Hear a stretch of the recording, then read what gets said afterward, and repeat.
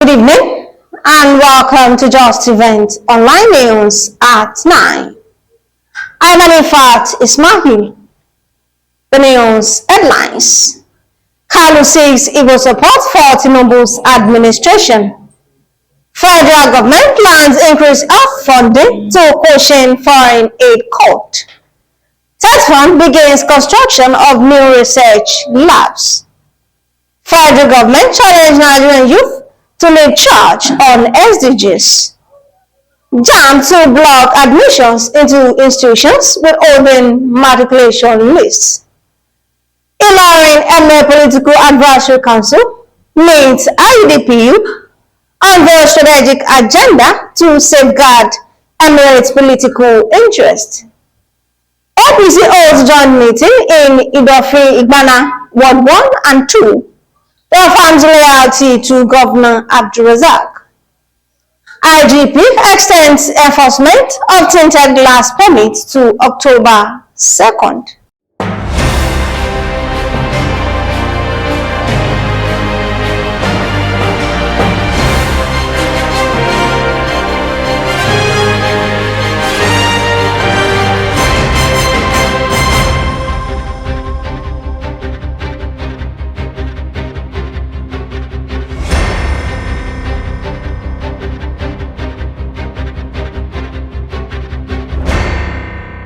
Now the news in details.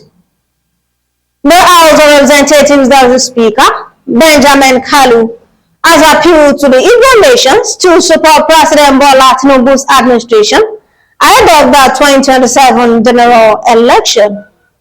Addressing Imo State stakeholders and leaders at a dinner in Abuja, Kalu hailed President Tinubu for his commitment to the economic transformation of the Southeast. The Deputy Speaker cited the speedy access to the Southeast Development Commission bill as a major milestone in addressing decades of infrastructural decay in the region. The federal government has unveiled plans to boost domestic health financing and reduce Nigeria's dependence on international donors, pledging increased investment and a push for local production of essential medicines and medical supplies. Speaking Abuja at the HIV and AIDS, tuberculosis and malaria generative workshop to design a transition pathway to self-reliance in funding essential health services.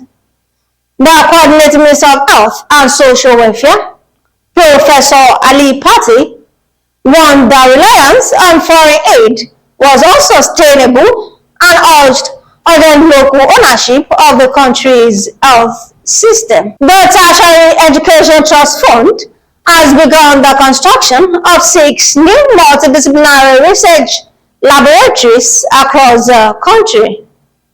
The agency explained that 1/4 of the state-of-the-art facilities are currently under construction in Port Harcourt, Kano, Abuja, and Lagos.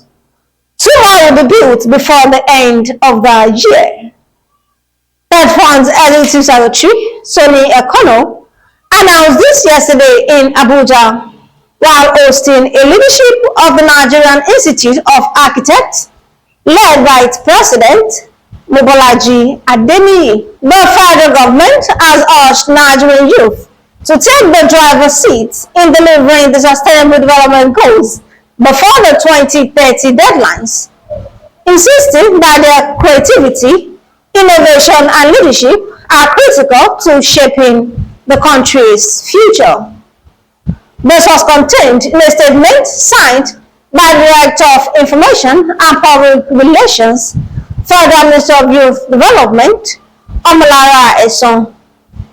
Minister of Youth Development, Ayodele Olawande, issued the challenge on Monday at the UN House in Abuja during a youth dialogue with the United Nations resident and humanitarian coordinator, Mr. Mohammed Malik. The Joint Admission and Migration Board has warned that it will not approve admissions for 2024-2025 academic sessions in any tertiary institutions that fails to submit its matriculation lists. Speaking during a meeting with admission desk officers, the registrar of JAMB, Professor Isaac Oloyede, according to a bulletin of the board, directed that institutions which failed to submit their matriculation list for the 2022-2023 admissions should not have their admissions approved for the 2024 and 2025 admission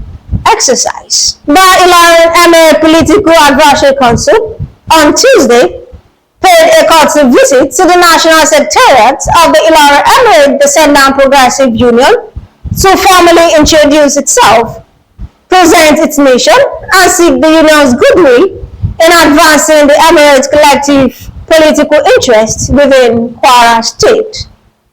Speaking with Just Events Online TV during that visit, acting chairman of the council, Alhaji Yusuf Omar Ailabegon, said it was established as an independent, multi-party political consultative platform dedicated to protecting the political destiny of the Ilorin Emirate in all spheres of governance. You see, we are much concerned about the political development in our emirate, and we want everything to be peaceful. We don't want crisis.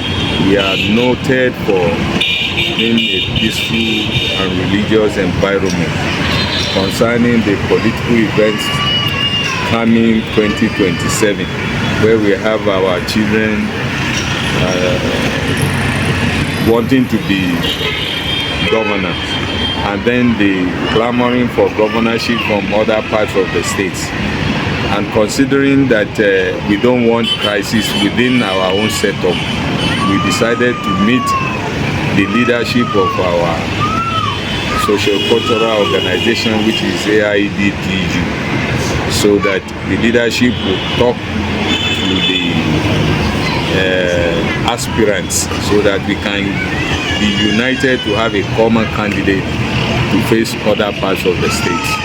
The council's strategic agenda includes ensuring Ilorin Emirate's continued preeminence in Kwara politics, promoting inclusivity, building consensus of candidate endorsement, increasing voter registration turnout, fostering peaceful coexistence with neighboring regions, mentoring young Emirate politicians, among others. Action is to gear up and sensitize our people to come out and register so as to double our voters' strength in the challenging political situation. Ailabegon further advocated that Ilorin Emirates must speak with one voice and act with one purpose. All of us here are not from any, but we are not talking for any political party per se. We are talking for Ilorin Emirate, which include even Moro,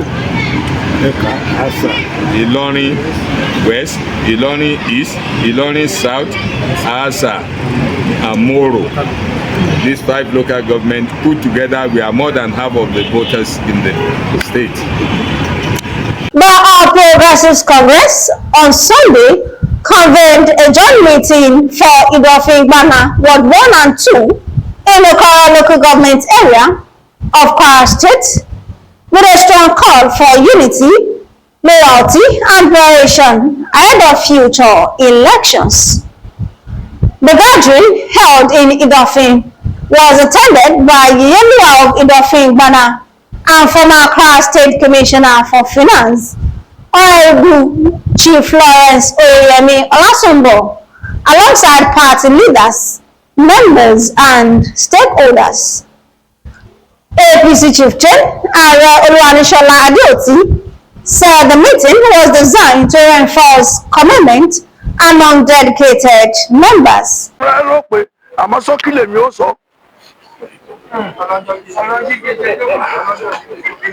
Ìpàdé tá a pè yìí, ìpàdé àpéjọpọ̀ Ìdọ̀fin Ìgbànà ọmọ ẹgbẹ́ APC láti Ward 1 and Ward 2 òun la pè. Ẹ̀ẹ́dẹ̀ rí wípé ẹ̀ẹ́dẹ̀ rí wípé láti gbà tá a ti ṣe local government election àìṣe ìpàdé kan tó tó eléyìí ọ̀pọ̀lọpọ̀ òjò ló lè ti rọ̀ tílẹ̀ ti fà mú but kókó ìdí tá a fi pè pàdé òun ni pé Ìdọ̀fin Ìgbànà APC ni wá àbí bẹ́ẹ̀ kọ́ mi ò gbọ́ o mi ò gbọ́ o. Chief Olalekan Joshua emphasized the political strength of the wards and enjoined all members to make use of that strength in the 2027 polls. While speaking, Honorable Olasombo urged members to sustain their loyalty to Governor Abdulrahman Abdulrazak and the APC. She further encouraged leaders to always energize the party slogan, warning members against political distractions. Nígbà tí gbogbo pé wọ́n yọ̀yọ̀ wọ́n fìyọ̀ sí ìṣẹ̀lẹ̀. Party chairman wa Prince Fagbemi wọ́n pè wọ́n jẹ̀ dáwọ́ sí. Bàbá ń ṣiṣẹ́ against the governor. Ṣé party chairman á máa bá wa resolve issues tó máa bá wa yanjú ọ̀rọ̀ tó ṣẹlẹ̀? Bọ́tọ̀ wọ́n mọ bá ṣe tó ní ìlú wa, wọ́n mọ bá ṣe jẹ́ Ìdọ̀fin Ìgbànà. Wọ́n pé everybody, wọ́n bí àwọn tó yẹ kọ́ bẹ̀ ẹ má bẹ̀rẹ̀. Wọ́n dá àwọn tó yẹ kọ́ dá padà. Àwọn tí wọ́n jẹ̀ yọ wọ́n ní ẹjọ́ nítorí ẹ lọ bá everybody ẹjẹ́ àṣìṣẹ́ pọ̀. Election ò ìbẹ̀rẹ̀ o, iṣẹ́ ò tí bẹ̀rẹ̀, àmọ́ iṣẹ́ ti bẹ̀rẹ̀. Iṣẹ́ tó jẹ́ bẹ̀rẹ̀ ni pé ká dira wa mú, ká mọ ìfẹ́ tó so wá pọ̀, ká má gbàgbé bá ṣe jẹ́. Nítorí bá ṣe jẹ́ yìí, òun náà ni tó bá ti dìgbà tó yẹ ká ṣiṣẹ́ fún gómìnà wa.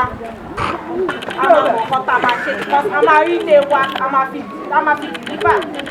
A jẹ̀ máa mọ bá ṣe tó, tá a máa fi gífà ní pé a mọ̀ lóore o. ATS gómìnà wa Abdulrahman Abdulrazak ó sọ̀ wá sọ́lá, ó sọ̀ wá síre, ó dẹ̀ sọ̀ wá sálàáfíà. Nítorí à ń gbé lálàáfíà bá àgbé lálàáfíà. Má jẹ́ ṣe jẹ́ peace ẹ̀mọ́pá tún múra 20 years anniversary ọba wa. She also called on those without the permanent voters cards to ensure the register in readiness for the next general elections. The Inspector General of Police, Olukayode Egbetokun, has approved a further extension of the grace period for the enforcement of the tinted glass permit requirement for vehicles with tinted windows to October 2nd, 2025.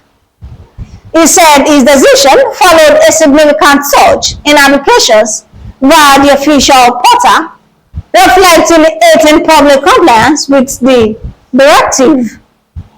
A statement by Force Public Relations Officer, DCP Olumuyiwa Adejobi, said the force considers it imperative to allow sufficient time for the meticulous scrutiny of applications to ensure that the permit is issued only to eligible and qualified individuals in line with national security considerations.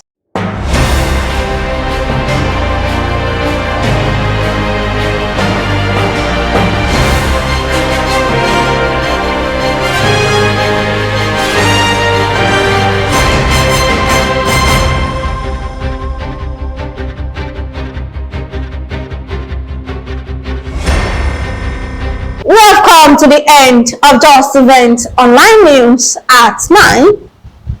Here's the recap of the story. Kano seeks Igbo support for Tinubu's administration. Federal government plans increase of funding to Cochin Foreign Aid Court. Tatwan begins construction of new research labs. Federal government challenged Nigerian youth to lead charge on SDGs.